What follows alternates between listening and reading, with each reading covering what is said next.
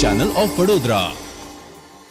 દુષ્કર્મનો ભોગ બનેલી બાળકીનું 8 દિવસની સારવાર દરમિયાન મોત થયું છે, ત્યારે આ સમગ્ર મામલે ઇન્ચાર્જ આરએમઓએ વિસ્તૃત જાણકારી આપી હતી।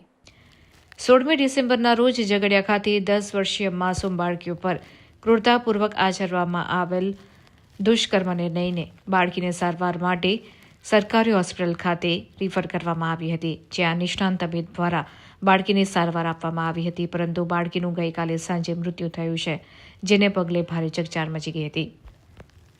સ્પેશિયલ કેસીસમાં બાળકીના મૃતદેહને મોડી રાત્રે પોસ્ટમોર્ટમ માટે કોલ્ડ રૂમમાં ખસેડવામાં આવ્યો હતો। તાત્કાલિક પોસ્ટમોર્ટમ કરી અંતિમ સંસ્કાર માટે તેના વતન ઝારખંડમાં આ સમગ્ર મામલે ઇન્ચાર્જ આરએમઓ જાગૃતિ ચૌધરી તથા ડોક્ટર હિતેન્દ્ર ચૌહાણે વિસ્તૃત જાણકારી આપી હતી।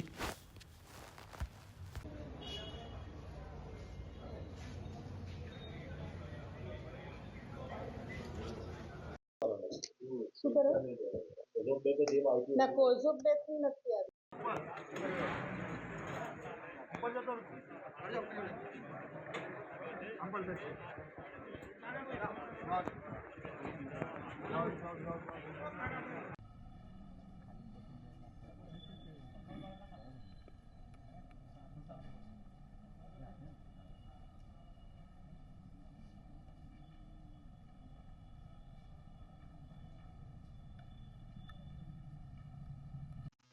ટ્રીટમેન્ટ પાર્ટ મારો સબ્જેક્ટ નથી, પણ ભરૂચમાં પણ ઓપરેશન થયું હતું, પછી ભરૂચથી અહીંયા લાવવામાં આવી। અહીંયા જ્યારે લાવવામાં આવી ત્યારે એની કન્ડિશન એવી ક્રિટિકલ હતી કે બીજે રિફર કરવું નોટ પોસિબલ, કે એને રસ્તામાં કંઈ થાય એ બધું અમારી ટીમ જોતી હતી, એટલે બીજે રિફર કરવું નોટ પોસિબલ, અહીંયા ટ્રીટમેન્ટ થાય એવી મેક્સિમમ ટ્રાય કરવામાં આવી। ઇન્ટરનલ ઇન્જરીનું કંઈ હોય ના, એ મને આઈડિયા નથી, ટ્રીટિંગ ડૉક્ટરને વધારે ખ્યાલ આવે।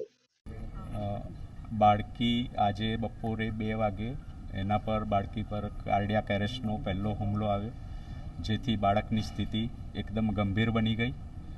અમારા ડૉક્ટર્સની નિષ્ણાત ટીમ દ્વારા એને સારવાર આપવામાં આવી, એટલે પેશન્ટ પાછું સ્ટેબલ થઈ ગયું, પરંતુ ત્યારબાદ 5:15 બાળકીને ફરીથી બીજો કાર્ડિયાક એરેસ્ટનો હુમલો આવ્યો, જે દરમિયાન પણ અમારે નિષ્ણાત ટીમો ઉપલબ્ધ જ હતી અહીંયા। એ લોકોએ સારવાર આપી, એકદમ ઉચ્ચ કક્ષાની સારવાર આપી, પરંતુ આશરે 6:15 વાગે બાળકીએ દમ તોડી લીધો છે, મરણ જાહેર કરેલ છે। સર, હવે આગળ શું પ્રોસિજર? પોલીસની જે રીતે કાર્યવાહી હોય, કાયદાકીય રીતે જે બી કાર્યવાહી કરવાની થશે એ બધી કરવાની છે। પોસ્ટમોર્ટમ થશે। આમાં ઘણા બધા કારણો ભાગ ભજવે છે। એને અંદર પૂરા શરીરમાં સેપ્સિસ ફેલાઈ ગયું હતું, અને જેના લીધે એના ઓર્ગન્સ પણ ફેલ થયા હતા, એના લીધે આ કાર્ડિયાકનો હુમલો આવી છે। આમાં એવું છે કે ડૉક્ટર તેમનું કામ અને કર્તવ્ય નિભાવતા હતા, એના માટે એના પ્રયત્નો એમને યથાર્થ પ્રયત્નો કર્યા હશે। ડૉક્ટરની ફરજમાં અને ડૉક્ટરમાં બી ડૉક્ટર હંમેશા લોકોના જીવ બચાવવાની કોશિશ કરે, પણ જે રીતે એને ઘાયલ કરવામાં આવી હતી અને જે રીતે એના ઉપર બળાત્કાર કરીને જે રીતે કરેલું એમને, એ નિંદનીય તો છે જ, પણ ખરેખર આવા વ્યક્તિને તાત્કાલિક જ ફાંસી કરવી, આટલી નાની બાળકી ઉપર જે પ્રમાણે અમારું વર્તન કર્યું છે એ થવું જોઈએ। પણ હવે મિનિસ્ટરનો ફોન આવે છે કે ભાઈ એને ઝારખંડ જવું હોય, ક્યાં જવું છે? આપણે તો માનવતાની દૃષ્ટિએ, આમાં પાર્ટી પોલિટિક્સ ના હોય, પણ માનવતાની દૃષ્ટિએ આપણે જે કરી શકીએ તે કરવા માટે અમને અહીંયા મોકલ્યા છે। અમે હમણાં એના મા બાપને મળવા જઈએ, જોઈએ હવે શું થાય છે।